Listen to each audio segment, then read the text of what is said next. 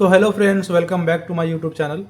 तो आज इस वीडियो में बात करने वाले हैं एमआरआई ब्रेन कॉन्ट्रास्ट के बारे में, यानी CE-MRI ब्रेन, जिसको बोलते हैं contrast enhancement magnetic resonance imaging, CE-MRI।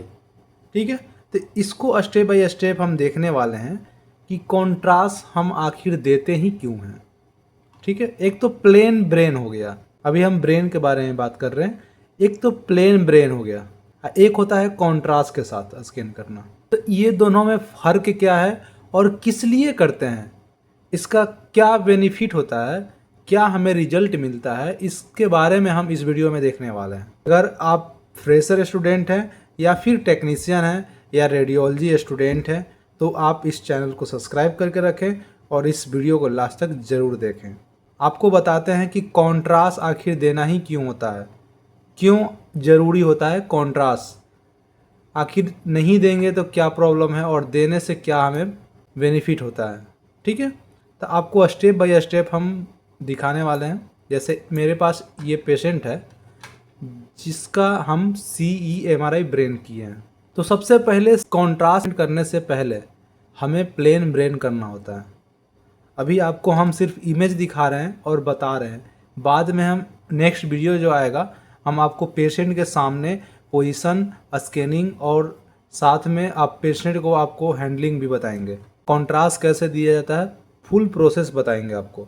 अभी आपको इसमें हम समझा रहे हैं ताकि आपको समझ आ सके कि कॉन्ट्रास्ट देते हैं क्यों है, ज़रूरी क्यों है कॉन्ट्रास्ट। तो सबसे पहले हम प्लेन ब्रेन करते हैं। कॉन्ट्रास्ट करने से पहले क्या करेंगे, हम प्लेन ब्रेन करेंगे।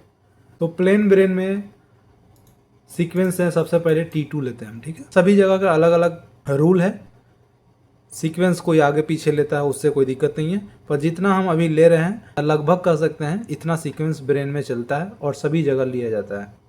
ठीक है, तो सबसे पहले क्या लिए, हम T2 लिए। ये T2 एक्जियल है। तो देखिए इसमें हमें क्या, एक यहाँ पर लीजन दिखाई दिया, राइट फ्रंटल लोब पे हमें एक इतना बड़ा लीजन दिखाई दिया, आपको भी दिख रहा होगा, ये लीजन दिख रहा होगा आपको।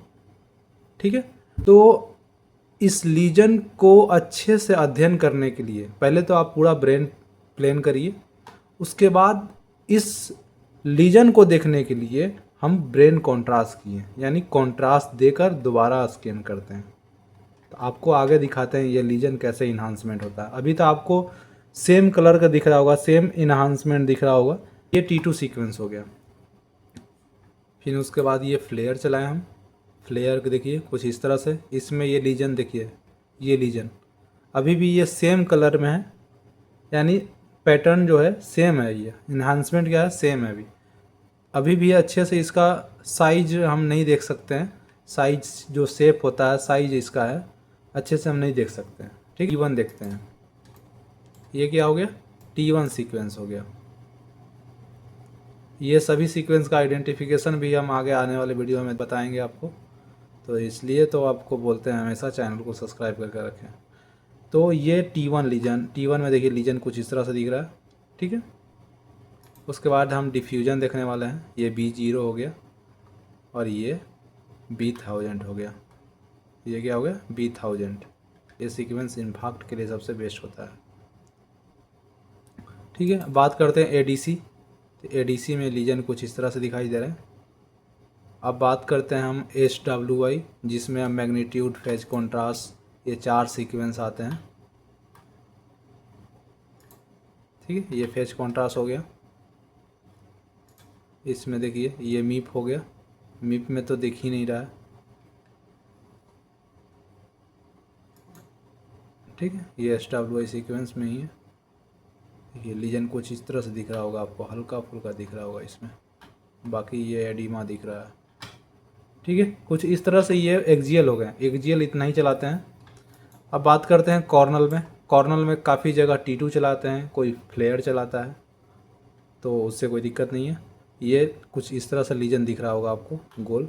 अभी भी आपको अच्छे से इसका साइज नहीं दिख रहा होगा, जो कहाँ पर प्रेजेंट है लोकेशन भी अच्छे से नहीं दिख रहा होगा और शेप भी अच्छा सा नहीं दिख रहा होगा, यानी कौन से आकार का ये ट्यूमर या लीजन जो भी कह सकते हैं।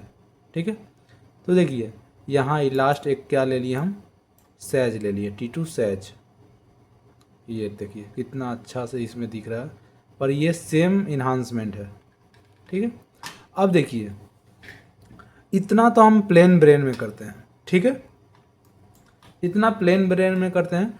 अब हमें लीजन को और अच्छे से देखना है, उसका करैक्टर को देखना है कि वो इन्हांसमेंट कर रहा है या नहीं कर रहा है, कैसा लीजन है, कितना उसका एरिया है।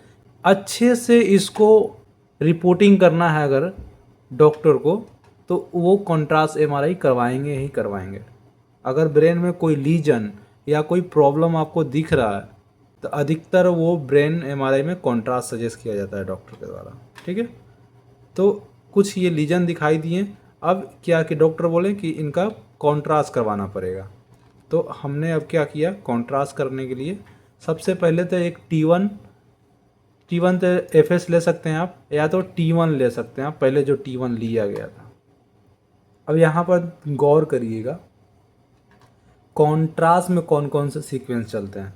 तो कॉन्ट्रास्ट में T1 या T1 एफएस कोई एक चला सकते हैं। ठीक है, T1 और T1 एफएस में क्या अंतर है। T1 ये तो T1 हो गया, आपको दिख रहा होगा, ये T1 है। ठीक है, इसमें फ्लूइड क्या दिखता है, डार्क दिखता है, और ये फैट ब्राइट दिखते हैं। T1 हो गया। और T1 एफएस का मतलब क्या होता है, T1 तो सेम रहेगा, ऐसा ही दिखेगा, पर एफएस में क्या होगा, फैट को सप्रेस्ड कर देगा। एफएस मतलब होता ही है एफएस, यानी फैट को सप्रेस्ड कर देगा। जहाँ जहाँ फैट रहेगा प्रेजेंट वहाँ पर क्या कर देगा, सप्रेस्ड कर देगा, वहाँ से सिग्नल ही नहीं आएगा। ठीक है, तो वो T1 एफएस हो गया। तो ब्रेन में अधिकतर जगह T1 एफएस के जगह पर सिर्फ T1 ही लिया जाता है, क्योंकि देखिए यहाँ पर आउटर एरिया में फैट है, इंटरनल एरिया में तो फैट है नहीं, ब्रेन के अंदर तो फैट है नहीं। तो हमें अगर अंदर का लीजन देखना है तो हमें अंदर कोई फैट है ही नहीं, तो क्यों सप्रेस्ड करना, ज़रूरी नहीं है। आउटर एरिया में फैट है, अगर हाँ आप अगर लोअर एब्डोमेन, पेल्विस या कोई और पार्ट का एक्सकेन करते हैं तो उस कंडीशन में आसपास में फैट होते हैं, तो उसको सप्रेस करने के लिए T1 एफएस चला सकते हैं। ठीक है, ब्रेन में फ़िलहाल में यहाँ पर अंदर सॉफ्ट टिश्यू रहते हैं, फैट नहीं है, इसलिए हम T1 एफएस ना चला के T1 चलाए हैं। कॉन्ट्रास्ट में कौन कौन से T1 एक्जियल, T1 सेजाइटल और T1 कॉर्नल। देखिए कुछ इस तरह से, ये T1 कॉर्नल और सेजाइटल।